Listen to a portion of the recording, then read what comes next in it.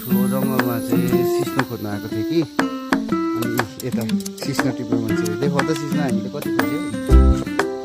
अलिक यस्तो गर न यहाँ यस्तो दामी दामी सिस्नो हो बजार हाम्रो वेपनहरू देखाइदियो भाइ सिस्नो टिप्ने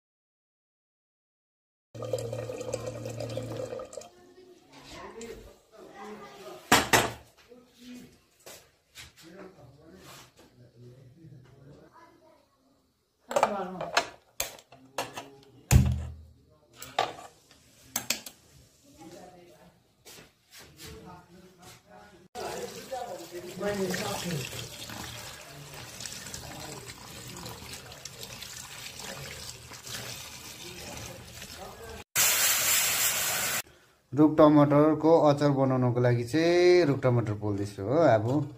सिस्नो चाहिँ यता पाक्दैछ आज दामी हुन्छ है आज कोलाई खानु मन छ आउनुपर्छ है हाम्रो घरमा ल गाइसहरू अर्ग्यानिक आज चाहिँ हामीले खोजेर ल्याएको बनाएको सिस्नो चाहिँ यस्तो भयो दामी अब चाहिँ अब